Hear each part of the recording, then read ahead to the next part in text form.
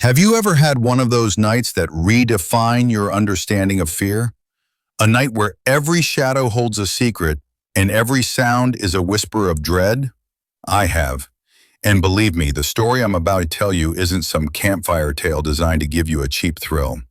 This is the raw, unedited account of the night my life changed forever. A night where every choice, every instinct was a matter of survival. This isn't just about a broken down car. It's about confronting the darkest corners of humanity and finding an unexpected glimmer of hope when all seemed lost. It was 2014 and I was a high school senior, full of that reckless, youthful confidence that often blinds you to danger. My brother, my closest confidant, was graduating from college in Colorado and I was determined to be there. The only snag? My driver's license had been temporarily suspended.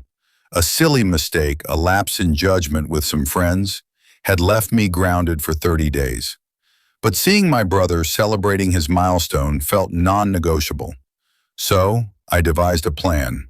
A late-night departure, fueled by energy drinks, sticking to the desolate back roads of Central Texas to avoid any unwanted attention from state troopers. It was a longer route, yes, but a necessary one to preserve my secret mission. The miles melted away under the glow of my headlights, and as midnight approached, the landscape transformed. The familiar bustling highways gave way to an otherworldly emptiness. Scrub brush stretched endlessly under a vast, inky sky, dotted with weather-beaten signs that offered no comfort or direction. I remember thinking about how utterly isolated I was, how truly alone, when a splash of orange jolted me back to reality. A single traffic cone placed with an unsettling precision right on the yellow center line. It was out of place, deliberate. I slowed, my instincts screaming at me to stop and investigate, but a stronger urge, the need to reach my brother, pushed me forward. I told myself it was just some prank, some discarded road debris. A few more miles and the night decided to tighten its grip. My high beams cut through the oppressive darkness, revealing another anomaly directly in my lane. It was too tall to be another cone, too oddly shaped. As I got closer, my breath hitched. It was a person, a tall figure mirroring my car's movement, clearly intent on stopping me. They threw out an arm, a welcoming gesture to the cold steel of my bumper. My foot slammed on the brakes, sending a jolt through my neck.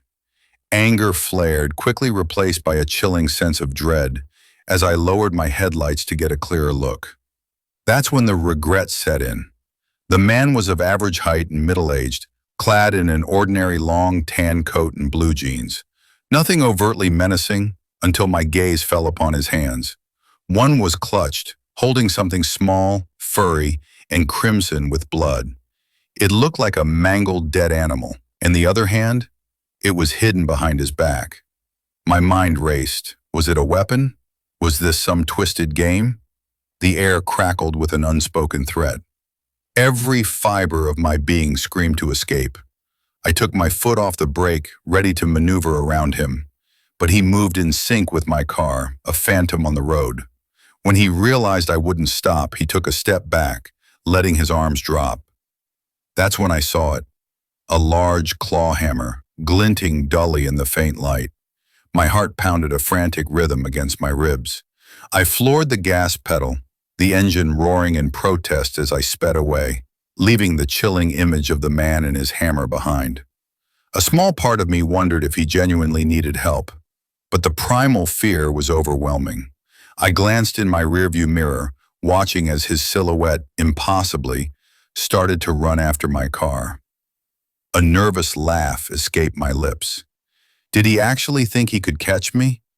I watched him shrink into the darkness, a smug smile on my face. "Idiot," I muttered, the words barely out of my mouth. And that's when it happened. A sickening thud jolted the car forward, followed by a series of sharp pops, loud as gunshots. My dashboard erupted in a chaotic symphony of blinking warning lights as my tires were shredded beneath me. The steering wheel fought back, pulling the car violently to the left, accompanied by a low rhythmic flapping sound from the wheels. My vehicle, my sanctuary, was dying. I slammed on the brakes, the car lurching to a final grinding halt. My heart hammered. I threw open the door and scrambled out, fumbling for the flashlight in my glove box. The beam danced over the destruction. All four tires, reduced to tattered strips of rubber, curling off like dead skin. I stood there trembling, unable to comprehend the speed of this devastation. Then I swept the light back down the road. 50 meters behind me, partially obscured by the darkness, lay a spike strip. I hadn't seen it, not a single glint, until it was too late. Between where I'd encountered the man and where my car had met its demise, there was a slight incline. I couldn't see over it, couldn't see anything beyond the immediate stretch of road, but an icy certainty gripped me. I was being pursued. The man with the hammer, the architect of this vehicular catastrophe, was closing in. I had barely half a mile's head start, maybe 5 minutes at best, to figure out my next move. My phone, of course, had no reception. Panic threatened to overwhelm me. Should I lock myself in the crippled car? What good would that do against a hammer-wielding maniac? Run into the fields? A terrifying thought, isolating myself even further from any potential help. My only hope was to run. I flicked on my headlights, a desperate beacon in the vast darkness, then grabbed my phone, wallet, keys, and flashlight. I took a deep breath, preparing for the longest jog of my life. Thankfully, my high school cross-country training had blessed me with decent endurance. I knew I couldn't make it to the next town on foot, but I clung to the hope that another car would eventually appear. I'd flag them down, beg for help, or at the very least, stumble into an area with cell service to call the police. I slammed the door of my ruined car shut, the final click echoing in the desolate night. Then, I risked a glance behind me. He was cresting the hill, less than a quarter-mile away. The bend in the road, combined with the dim lighting, made his long stride seem unnatural. He wasn't just running, he seemed to be floating, gliding effortlessly over the uneven terrain. A fresh wave of terror washed over me.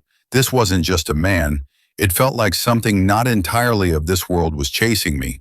I turned and ran, the fear a potent fuel in my veins. I fought the urge to sprint, conserving my energy for the long haul. Every minute, I risked a glance over my shoulder. My weak flashlight beam couldn't reach him, but his faint silhouette against the starlit sky was enough. He was small on the horizon, yet relentlessly gaining on me. 5 minutes stretched to 10, then 15. I couldn't believe his stamina, his relentless pursuit. Every time I looked back, he was closer. I tried shouting, begging, demanding to know what he wanted, but only the wind offered a reply. Sweat stung my eyes and my lungs burned. I was nearing my limit, but then a shimmering beacon in the distance. Headlights. A pickup truck ambling slowly towards me. I sprinted into the middle of the road, waving my arms frantically, screaming for help. For a brief moment, the truck slowed, my heart soaring with a surge of desperate hope. But then, to my utter disbelief, it simply eased around me and continued on its way. No rolled-down window, no honk, not even a moment's pause to acknowledge my desperate plea. My salvation had vanished into the night, leaving me choked by a cloud of dust and despair. I stood there, momentarily paralyzed by rage and disbelief, but inertia was a killer. I forced myself to move, pushing down the crushing disappointment. I looked behind me again. Strangely, he was gone. Had he finally given up? Had he fallen behind? Or was this all some twisted nightmare, a hallucination born of exhaustion and fear? I didn't know, and I couldn't afford to wonder. I kept moving, periodically checking my phone, praying for a single bar of reception. Then, a true miracle. After another agonizing half-mile, I saw it. A red Dodge Charger on the side of the road. It was off, dark inside, but its tires were perfectly intact. No visible damage, no telltale signs of a spike strip. My mind immediately flashed to my pursuer. Could this be his car? The thought chilled me to the bone, but desperate times called for desperate measures. I approached cautiously, no one inside, and then the ultimate gamble. Keys in the ignition. This is where the story usually ends when I tell it. The Dodge Ex Machina, a literal swooping in to save the day. I slid into the driver's seat, my hands trembling as I turned the key. The engine roared to life, a symphony of hope in the desolate night. By some inexplicable grace, the car was drivable, and the gas tank showed more than enough fuel to get me to the next town. Relief washed over me, a wave so powerful, it nearly brought me to tears. I was going to make it. I was going to survive. Just as that profound sense of security settled in, I glanced out the passenger side window. My heart seized. Yards away, rapidly closing the distance, was the man. He hadn't given up. He hadn't fallen behind. He had simply changed his strategy, running in a wide arc through the fields, avoiding the very road I had so diligently and uselessly watched. He had banked on me losing sight of him, on catching me off guard, and it had almost worked. By the time I slammed my foot on the gas, his fingers were practically on the door handle. As the Charger roared to life and tore down the road, I caught one last glimpse of him in the side mirror, a pale, grinning blur, closing in faster than any human should be able to. The raw terror returned, but this time it was mixed with the sweet taste of escape. I drove that Charger straight to the police station in the next town, a disheveled, shaking mess. At dawn, when they escorted me back to retrieve my own vehicle, the sight was haunting. Every single window had been shattered, not merely cracked, but obliterated. Nothing was stolen, which somehow made the senseless destruction even more chilling. To this day, the man with the hammer has never been found. The part I usually omit from my little story, the part that still gives me nightmares, is this. When I, exhausted and on the brink of collapse, finally made it to that red Dodge Charger, the driver's side door was already open. I clicked on my flashlight, the beam cutting through the interior. The cabin was a scene of utter carnage. Blood was smeared across the steering wheel, the gear shift, the driver's seat, as if some injured creature had thrashed wildly within. The windshield was cracked, not from impact, but from the inside outward. From the open door, a dark, crushed path, mottled with red, trailed through the gravel and weeds, clearly showing where something heavy had been dragged. I followed the gruesome indentation with my light until it caught on something still and terribly misshapen. A man lay on his back, eyes wide and mouth agape, as if he'd died trying to scream. His skull had been bashed in, part of it utterly gone, leaving a gaping cavity above his eyes where something heavy had landed repeatedly. The stark white of his exposed skull shone eerily under my light, like a bone-colored moon. That matted clump, that small, furry, bloody thing clutched in the hitchhiker's hand when I first saw him, wasn't roadkill. It was the previous driver's scalp. And so, I lived to tell the tale. A tale of a night that taught me the fragility of life, the cunning of true evil, and the unexpected kindness of fate. I've never driven down a lonely road the same way since, always checking my rearview mirror, always mindful of the shadows. But I also carry a profound gratitude for that moment of escape, for the inexplicable chance I was given. This wasn't just a car breakdown. It was a journey through terror that somehow led me to a new appreciation for every sunrise, every safe journey, every single breath. Ever since I was a kid, bedtime meant stories. And not the kind you'd find in colorful books with cartoon dragons and moral lessons. No, these stories came from my grandmother. And they were the kind that crept into your dreams, crawled under your skin, and made you sleep with the lights on. She moved in with us when I was 10, just months after Grandpa passed. I didn't mind. In fact, I loved it. Grandma was bold, sharp, and full of secrets.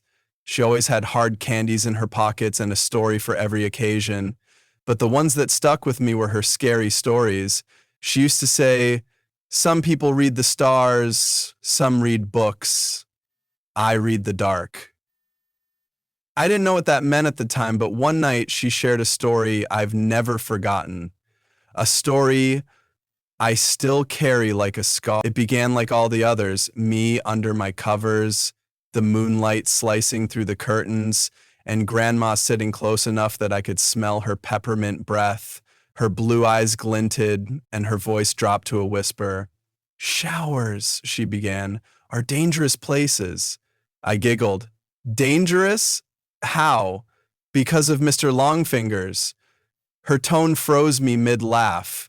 She told me there was a rule: never close your eyes in the shower for more than 10 seconds. "Not unless you want him to find you." "He's not fast," she said, "but he's patient. Like steam creeping up the mirror. He'll wait until you let your guard down."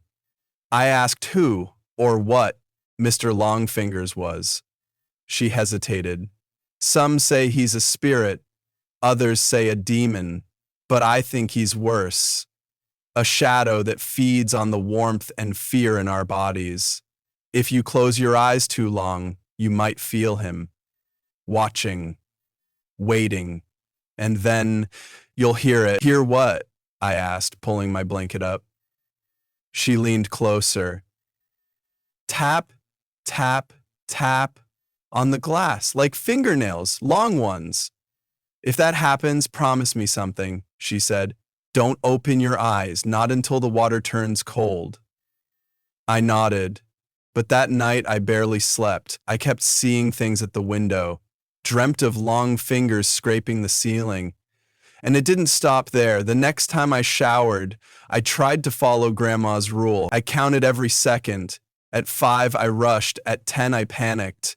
And every time I got shampoo in my eyes, I opened them too early, gasping and wiping furiously just to make sure I was alone.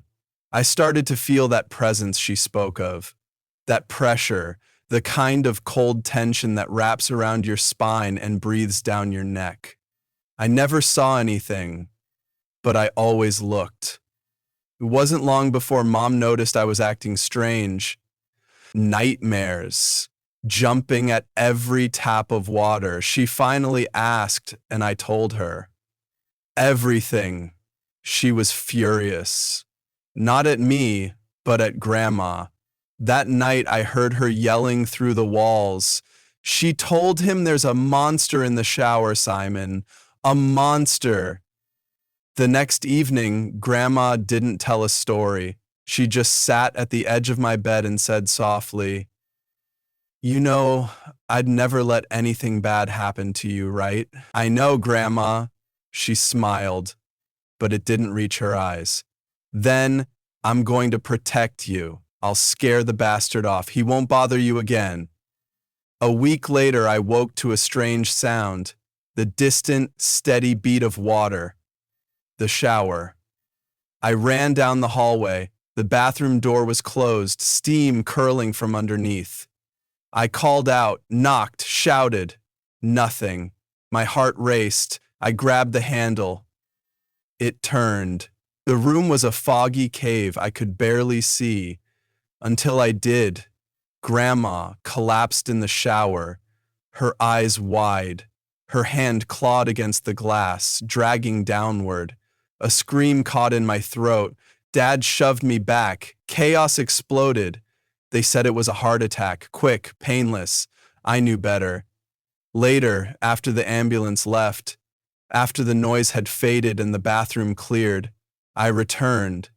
The steam had begun to fade from the glass, but one message remained, smeared clear in streaks of condensation by her hand. One word, one final warning. Run. When I was little, my summers were always spent at my grandparents' house in Knoxville, Tennessee. It was a 2-story home built near the edge of a quiet lake. My grandpa was a retired army man, strong and silent, My grandma, on the other hand, had the heart of a storyteller. Her voice could turn even the most ordinary day into a captivating tale. She told me all kinds of stories: brave knights, magical lands, mysterious creatures. But the story she told me that summer, that one never left me, not because it was entertaining, but because years later, I found out it was horrifyingly true. It started like any normal day. I was sitting near the dock watching my grandparents fish. Grandpa, focused as ever, stared at his line, occasionally adjusting his bait. But Grandma, she wasn't watching her fishing pole at all. Instead, she just kept looking across the lake, her eyes locked on the dark woods that bordered the water. Not once did she glance down at her bobbing lure. "You okay, Grandma?" I asked. She smiled, but it was faint. "Just keeping an eye on the woods, sweetheart." I didn't understand what she meant. I figured she liked the trees, or maybe she was lost in thought. But the look in her eyes told a different story, one filled with fear. That night, wrapped up under a quilt in the guest bedroom, I asked her for a story, like always. Only this time, I wanted something different. "Tell me something scary, Grandma. A real scary story." She paused. For the first time ever, she looked uncertain. Her eyes drifted to the window again, to the very same trees she'd been watching earlier. Then, she pulled the rocking chair closer to my bed. "You sure you're ready for that?" she asked. I nodded. Her voice dropped to a whisper. "Those woods you see from this window, they hide something. Something old. Something that only comes out once every 7 years." I swallowed hard. Grandma's stories never felt this real. They call it the Watcher. It crawls out of the forest, not walking like you or me, but dragging itself with limbs too long for its body. Skin as black as shadow, making it invisible at night. But what you'll notice first are the eyes. She leaned closer, eyes all over its face, moving, blinking, like a spider's, watching, waiting. It doesn't make noise. It doesn't breathe. It just waits for someone to make a mistake. "What kind of mistake?" I asked, barely above a whisper. "Leaving a window unlocked," she said, "or opening a door when you hear tapping, because when it comes for you, it taps first, just once." I shivered.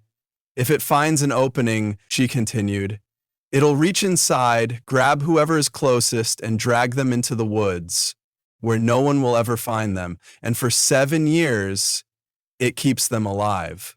Barely, feeding off their fear." She looked at me with those kind eyes. "That's why we always keep the windows locked." That night, I barely slept. I kept staring at the window, half expecting a black shape to block the moonlight. But the night passed quietly. Years went by. I stopped thinking about the story. Grandma still told stories every now and then, but never scary ones again. Then, when I was a teenager, we lost her to cancer. It broke Grandpa. After that, the house was quiet, still, haunted by her absence. One night, I returned to stay over during a school break. Grandpa was out for the evening. I was alone in the house. That old story never even crossed my mind until 3 a.m. Tap. I froze. Eyes wide, the sound had come from the window. My heart pounded. No way. I turned slowly, and there it was, a shape, pressed against the glass, huge, twisted, and its head was moving. Eyes blinking, dozens of them. Then came the slow creak. The window was sliding open. I leapt out of bed, ran. The bedroom door slammed shut behind me by itself. I turned. It was inside now. It was fast. Its long limbs were on the ceiling, on the walls. One hand, with fingers like spider legs, pressed the door shut. I grabbed my wooden baseball bat and swung. The hit echoed. The creature flinched. I swung again. then ran. I made it to the stairs. I hit the lights. Then the front door opened, and there was my mom. "What are you doing up?" But before she could finish, a black limb shot from the shadows, wrapped around her waist, and yanked her out. Her scream was the last sound I heard. I chased them, but it was too fast. She disappeared into the woods. The police didn't believe me. They searched. No trace. No signs of forced entry. Just me, trembling, clutching a broken bat. They let me go. A week later, I noticed something on my bedroom window, a large hand-shaped smear, as if fingers had pressed against the glass. Too long, too many. Now I know what Grandma was always watching. Now I know her story wasn't just a bedtime tale. It was a warning, and I wasn't ready. Some stories fade with time, but this one, it clawed its way out of the woods and into my life. So, if your grandma ever warns you about what hides in the dark, believe her before it's too late.